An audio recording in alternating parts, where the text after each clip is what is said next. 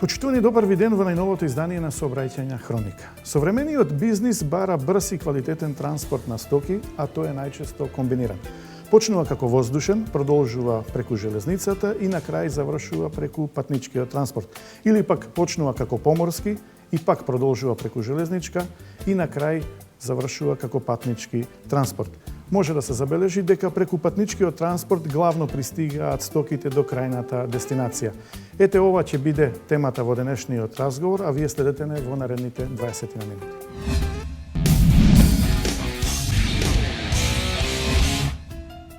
Почитувани, се надевам дека со оваа тема денеска ќе го задржиме вашето внимание, а за таа цел поканивме и гостин од Факултетот за туризам во Охрид. Професоре Трајков, добро дојдовте во студиото. Вие доаѓате од Факултетот за туризам во Охрид, насока царина и шпедиција, меѓутоа вашата посебна специјалност е меѓународна шпедиција. Современиот бизнис практично изискува, бара еден брз и квалитетен транспорт.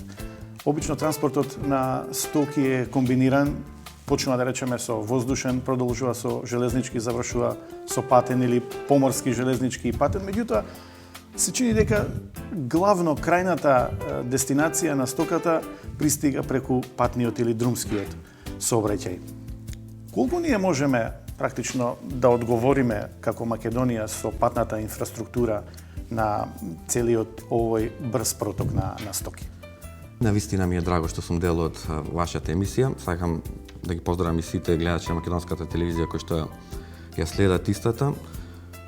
Мои комплименти и пофалби за емисијата затоа што третира повеќе аспекти од една така сериозна тема како што е сообраќајот и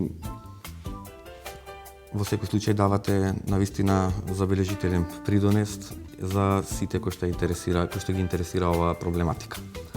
Во однос на она што ми го поставивте како прашање, вие веќе го споменавте значењето на мултимодалниот или интегрираниот транспорт за стоковиот промет. Тука ево ќе го спомена јас пред се за меѓународниот стоков промет, затоа што да дојде стоката од едно до друго место, треба да промени повеќе модалитети на транспорт и треба да промени повеќе транспортни средства. При тоа, за да дојде од едно до друго место, мора да помине низ повеќе земји, а секоја од тие земји има и сопствени правила, има сопствени транспортни политики, има сопствени карактеристики на инфраструктурата кои што на некој начин може да представуваат пречки за стоката да дојде од едно до друго место. Треба најпрво да видиме што е она што ни се случува во регионот околу нас, па и кои се политики на Европската унија, затоа што рековме ние географски и природно припаѓаме и тие се всушност и нашите најголеми и трговски партнери и политички било какви партнери. Така.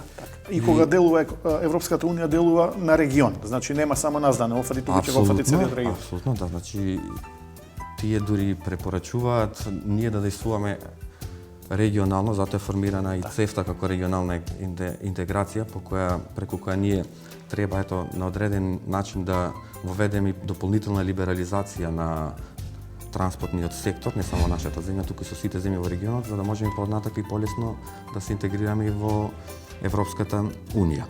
Кои се оние важни предизвици со кои се соочува унијата, ако што ние мора да ги имаме во вид за да можеме полесно да се интегрираме на тој пазар или полесно да ги пласираме и нашите транспортни услуги на пазарите на европските земји. Нивната цел е тие да обезбедат единствен пазар на транспортни услуги, кој што ќе ги интегрира сите модалитети на транспорт и на тоа ќе понудат поквалитетни услуги по прифатливи цени. Значи истиот тој тренд мора да го следат и нашите предпријатија, нашите компании или сите оние заинтересирани страни кои што се вклучени во сообраќајот. Потоа, покрај заокружувањето на внатрешниот пазар, една од целите е да развијат агенда на иновации во транспортот, и тоа со користење на современи транспортни технологии, преку кои што споменавте вие, ќе се формираат тие мултимодални транспортни системи, односно ќе може да се користат повеќе модалитети на транспорт и нормално за тоа треба да има професионалци кои ќе ги менеџираат тие транспортни системи и да се обезбедат во рамките на тие иновации и возила со пониски емисија на гасови, па потоа така се формираат оние познати евростандарди кои што нашите транспортери и сите транспортери кои што вршат транспорт во унијата треба да ги исполнуваат. Еден од главните сегменти на исто така споменавте инфраструктурата или инфраструктурната мрежа која е потпора на тие мултимодални транспортни системи и сосема неопходна за да се овозможат брзи, ефтини и сигурни транспортни решенија и се разбира Унијата преку тој генерален директорат за транспорт пак води заштита и на политичките и на бизнис интересите на Унијата, она што и нашите транспортери и нашите субјекти вклучени во транспортот мора и треба да го знаат.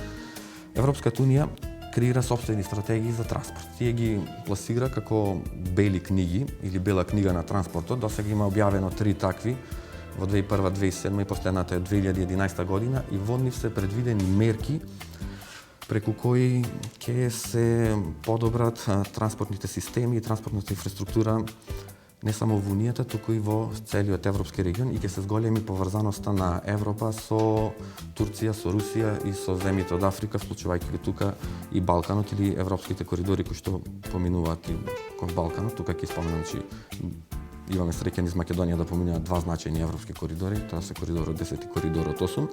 Меѓутоа, тоа не значи дека и со самото тоа што минуваат коридори, ние ќе поттикнеме економски развој, затоа што Европа нормално си, развивајќи сопствената транспортна мрежа, нуди алтернативи преку кои што всушност представуваат и конкурентни коридори или транспортни решенија на нашата транспортна мрежа. Така, кога сме кај коридорите, значи коридорот 10 и коридорот 8, се загрозени од некои соседски коридори? Да, значи коридорот 10 е коридорот кој што поминува низ балканските земји или север-југ, почнувајќи од Виена па се до Солун. Меѓутоа, постои еден паралелен коридор на коридорот 10, исто север-југ траса, кој што поминува низ Романија и Бугарија. Тоа е коридорот 4, кој што има исто извонредна поврзаност со 3 мощни значајни града, значи Констанца во Романија излегува на Црно море, Истанбул исто излегува на море и Солун во Грција излегува на море. Тоа е коридор кој што европските превозници се почесто го користат, а доста често го избегнуваат коридорот 10. Тоа не значи дека единствена вина за таквите состојби или ако веќе бараме некаде вина, треба да се бара само кај нашата земја, туку треба да се побара кај земјите од регионот или кај сите земји кои поминуваат. Тоа се глобални геостратегии. Така, геостратешки интереси по кои треба ти да се водат земјите кои што имаат такви коридори и кои што сакаат да го интервизираат протокот на стоки или на патници помеѓу истите. А додека на коридорот 8, конкурентен коридор е исток-запад, коридорот Вија Игнација ги поврзува Јонското море со Истанбул, исто така на Црно море непресекано. Она кој што го споменавме, што е особено важно за меѓународниот стоков промет е да постои поврзаност на друмскиот со железничкиот транспорт, што значи на овие коридори мора да се воспостави железничка мрежа која што директно ќе влијае не само на еколошки подобрувања, туку ќе влијае и на економски подобрувања, односно ќе може брзо, лесно и еколошки чисто и побезбедно да се пренесуваат стоките од едно до друго место. Стаменковски, од неодамна сте избрани за нов председател на Републичкиот совет за безбедност во сообраќајот на патиштата. Најпрво честитки за изборот. И моето прво прашање е: сметате ли дека со вклучувањето на владата и лично на премиерот Никола Груевски од есента минатата година безбедноста во сообраќајот се подигна на највисоко ниво? Најпрво ви благодарам за честитките за новиот избор и за новиот состав на Републичкиот совет за безбедност на сообраќајот на патиштата.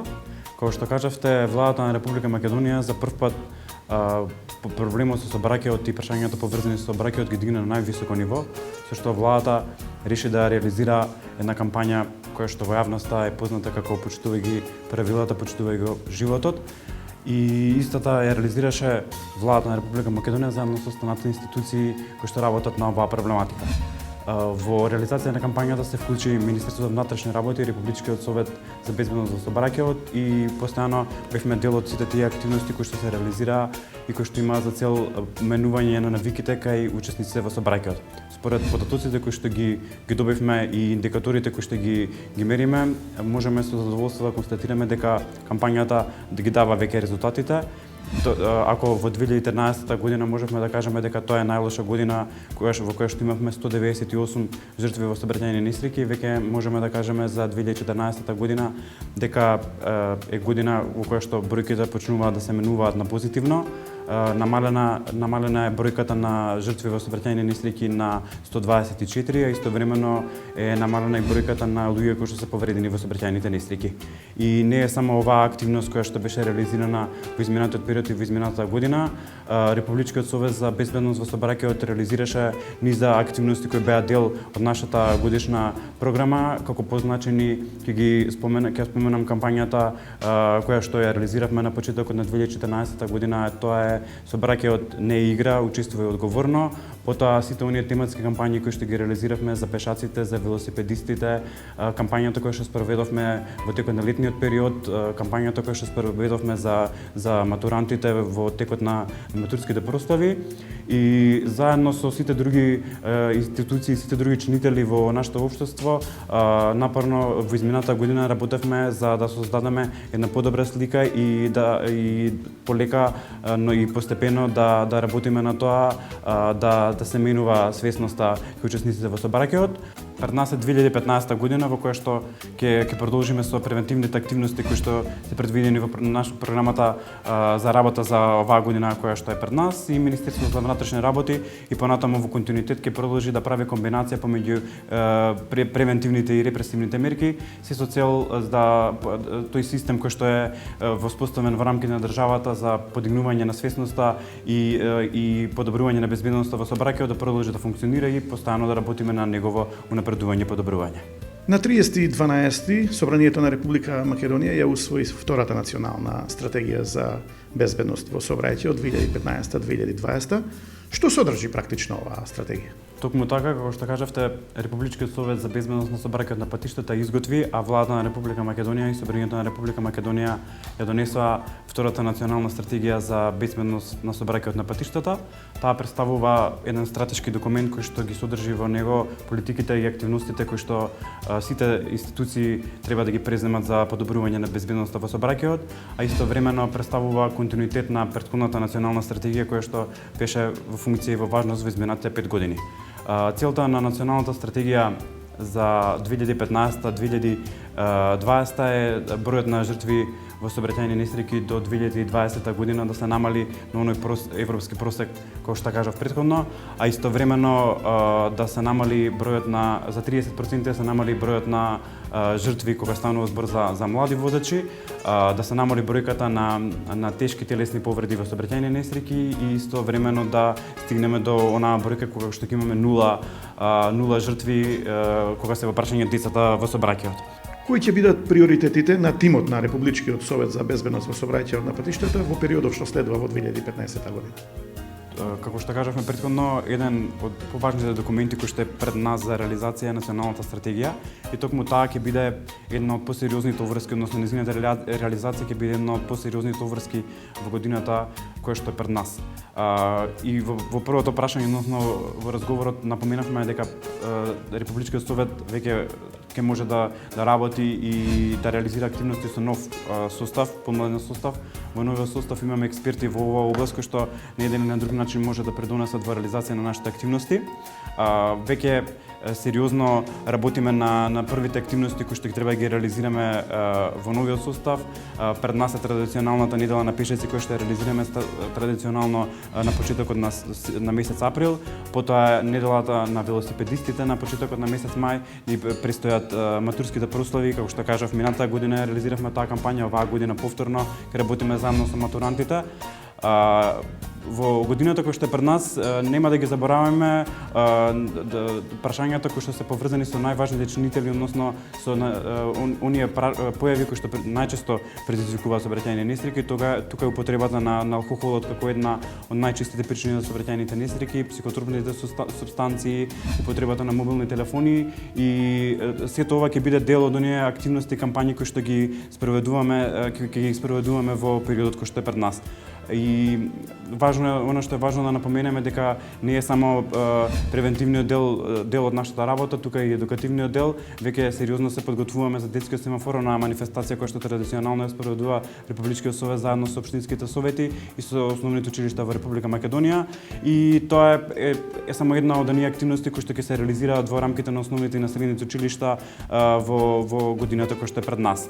Продолжуваме секако со реализација и на оние работилници, тематски тркалесни маси кои што ќе имаат за цел да дадат еден поинаков научен аспект на безбедноста во сообраќајот, да видиме како науката може да придонесе за подобрување на безбедноста во сообраќајот, и ова е само еден дел од активностите кои што ќе ги реализираме во периодот кој што е пред нас. Ви благодарам и искрено посакувам сите заедно да придонесеме за поголема безбедност во сообраќајот и помалку жртви. Јас ви благодарам за поканата да гостуваме во вашата емисија, за соработката, и се надевам дека соработката наша ќе продолжи понатаму.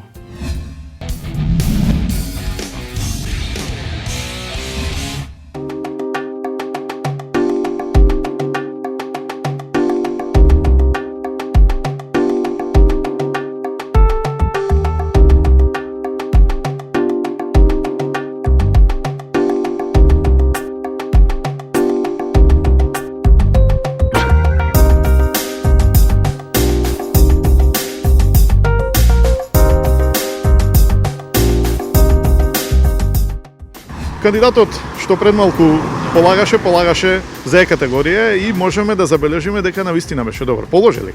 Да, кандидатот денеска го положи испитот со сите негови знаења и беше одличен. Што значи категорија? Категорија е професионална категорија, иначе спаѓа во група возила каде што приклучното возило е од С категорија, односно влечното, на него се придодава влечно возило кое што ја поминува вкупната маса од 750 кг. И таа категорија е обично за професионалци. А која должина е на возилото? Должината е преку 15 метри. Кажете ми, ова практично се возачи кои се професионалци и кои можат вакви возила да возат и надвор од државата? Да, кај нас се добиваат со возачка дозвола, која што може да ја користат во нашата држава, односно може да користат и надвор од нашата држава. Ме интересира возач на вакво возило. На што посебно треба да обрнува внимание?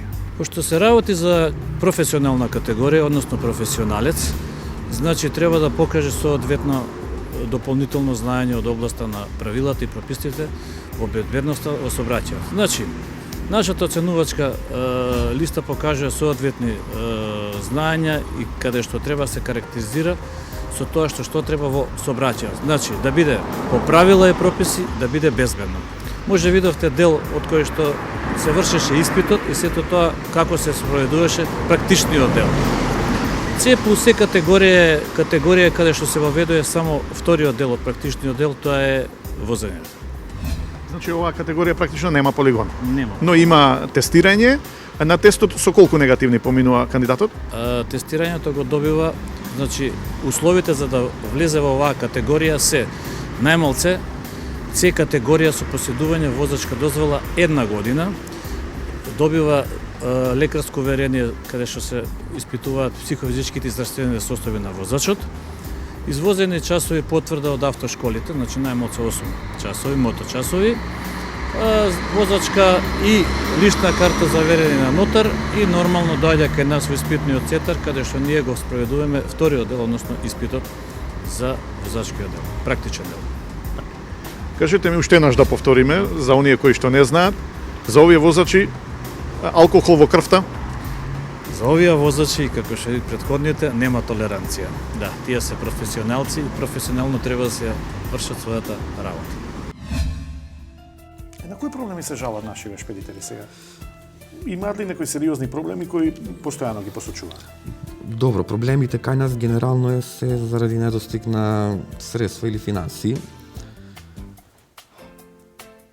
Тоа предизвикува нашите, ајде да наречам, шпедитери, транспортно-логистички оператори, тие што организираат и тие што вршат транспорт, да имаат, ајде условно речено, помалку квалитетни транспортни средства. Најголем дел од камионите кои што вршат превоз на стоки со македонски регистарски таблици се или преку околу 60% се овие се динамични бројки се менуваат од година во година, ама повеќе од половината се со сосема ниски евростандарди, евро 0, 1, 2 и 3, а например и во ЦЕФТА регионот за да се превезува стока со одредено транспортно средство, тоа мора да има евростандарди најмалку од 1 до 4 и тоа се всушност еколошки и економски стандарди, возила кои што не ја загадуваат животната средина, односно користат горива кои што не ја загадуваат, помалку ја загадуваат животна средина и кои што се со помала потрошувачка, а нормално сето тоа на крајот влијае и на транспортните трошоци. А цената на услугата? Да. Сега, со кои други проблеми се соочуваат, таквите возила, не само што ги зголемуваат транспортните трошоци, не може да добијат дозволи за транспорт на стоки, например, во Унијата. Таму мора да се има најмалку, да речеме, Евро 3 стандард возилата и да бидат возилата со одредена старост, а колку помал евростандард имаат возилата, толку повеќе се случува да плаќаат и такси, дневни еколошки такси, че се зголемуваат и останатите трошоци, не само трошоците кои што се врска со транспортот, а и во многу случаи кај многу европски земји, да речеме, и патарината е поголема за возилата кои што се со пониски екостандарди. Каков е интересот на младите за студирање на вашиот факултет на насоките шпедиција и царина и верувам дека практично тие стручни кадри кои допрва треба да произлезат од таму ќе помогнат во подобрување на составите. Така, мене ми е навистина драго што голем број на студенти се заинтересирани да студираат на нашиот факултет, особено на насоката царина и шпедиција, што е сосема очекувано со оглед на тоа дека станува збор за една мощна, интересна и актуелна професија, која што секогаш ќе биде актуелна од аспект на тоа што Македонија како мала национална и отворена национална економија не може да го игнорира и да го занемари меѓународниот стоков промет. Се додека има меѓународен стоков промет, ќе има потреба и од такви професионални кадри кои што се и од областа на царината. Меѓутоа, и она што е за мене ето и поинтересно во овој момент и од областа на шпедицијата, кој што практично представува еден занаед кој што има голема побарувачка на пазарот на труд и токму на нашата насока се создаваат, се креираат професионалци кои што располагаат не само со добри теоретски знаења, туку и располагаат и со добри практични познавања од материјата која што ја студираат.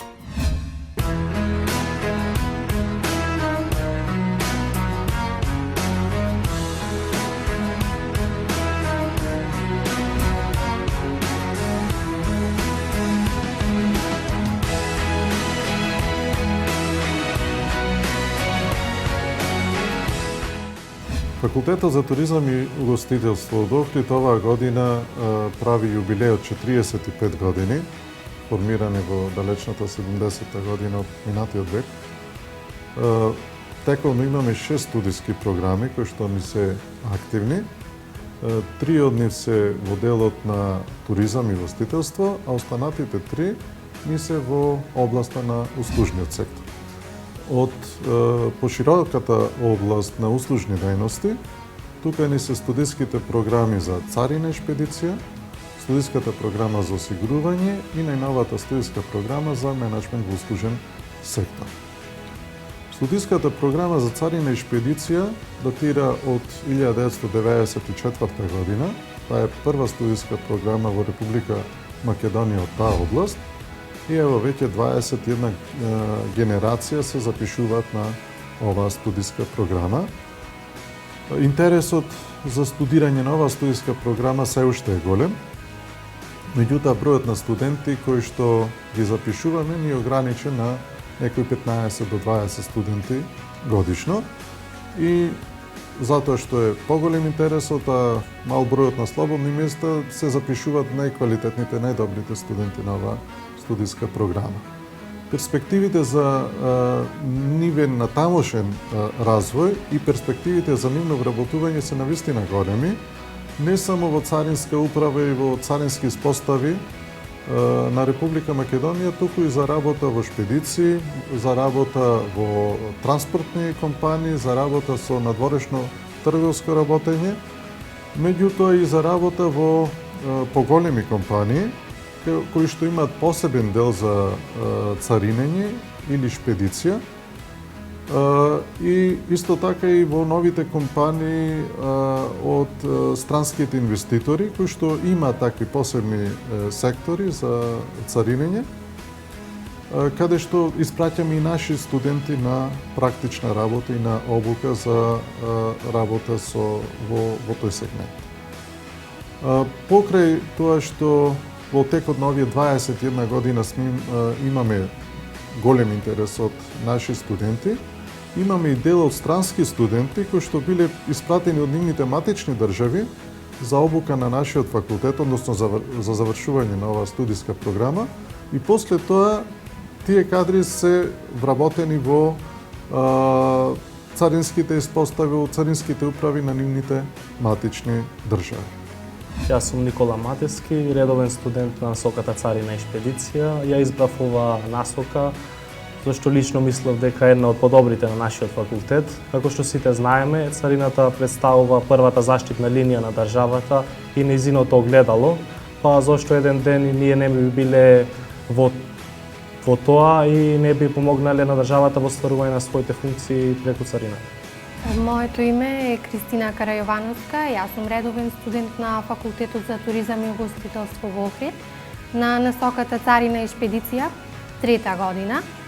Во моментот на донесување одлука зашто да изберам ова насока, пред се беше добрата теоретска подготвеност на професорите кои што предаваат на овој факултет, поточно на оваа насока, како и практичната подготвеност, односно можноста да имаме практична настава во царинските установи, во шпедициите, во фирмите кои што се занимаваат со увоз и извоз на стоки. Јас сум Ангела Дечиновска, редовен студент на насоката Царина и шпедиција при Факултетот за туризам и угостителство во Охрид. Мојата одлука да се определам да го продолжам своето образование на оваа насока беше поттикната од големата желба да учествувам во системот кој се залага за запазување на интересите на државата, како и заштитата на домашното стопанство. Како што знаеме, при доаѓање на посетители од странство, првиот контакт што тие го остваруваат со нашата држава доаѓа преку царината и од тоа може да се забележи на какво ниво е културата конкретно во нашата земја и колку нашата земја е гостопримлива со своите посетители. Јас сум Игор Симеонов, сум редовен студент на Факултетот за туризам и угостителство во Охрид, насока Царина и шпедиција. Оваа насока ја одбрав бидејќи се остварува непосреден контакт со лица кои што се, да кажеме, најстручни од областа на царината и шпедицијата. Истовремено и поради широкиот распон и обем на економски предмети, со што воедно се зголемува и универзалноста на знањата кои што се стекнуваат при овој факултет. Уште една интересна новина ето така која што има на нашиот факултет, тоа е новата насока за менаџмент во услужен сектор, каде што еден од модалитетите на таа насока е токму логистички менаџмент и тоа е една сосема современа или понова професија која што треба да создаде професионалци кои што ќе имаат познавања од повеќе аспекти со оглед на тоа дека на нашиот факултет насоките се мултидисциплинарни, значи треба да има познавање и од право, и од економија, и од менаџмент, организација, дури и од познавање на дел од техничките науки, за да може непречено понатака да се вклучуваат во стопанството и да дадат свој придонес во развојот на националната економија. Пошто една од најважните работи и за меѓународните шпедиции и за логистичките оператори да имаат покрај тоа што реков да имаат добра инфраструктура, да има развиена деловна мрежа и да имаат професионалци кои што ќе може да ги следат сите тие текови и успешно да ги пласираат сопствените услуги на пазарот. Професоре, ви благодарам за разговорот. Навистина ми беше задоволство. Ви посакувам среќен пат до дома и да се надеваме дека во блиска иднина за неколку години, кога ќе доаѓате пак на гости во Скопје, ќе доаѓате по модерен и современ автопат. Ми беше навистина задоволство што бев дел од емисијата. Се надевам ќе имаме прилика повторно да се сретнеме и во меѓувреме дека состојбите уште повеќе ќе се подобрат. Благодарам. Со изградбата на коридорите 8 и 10 со сигурност ќе придонесеме за побрз и поквалитетен транспорт на стоки, а со тоа и за побрз економски развој. Ова беше се во денешната емисија. Екипата што ја подготви и реализираше ви посакува пријатен ден.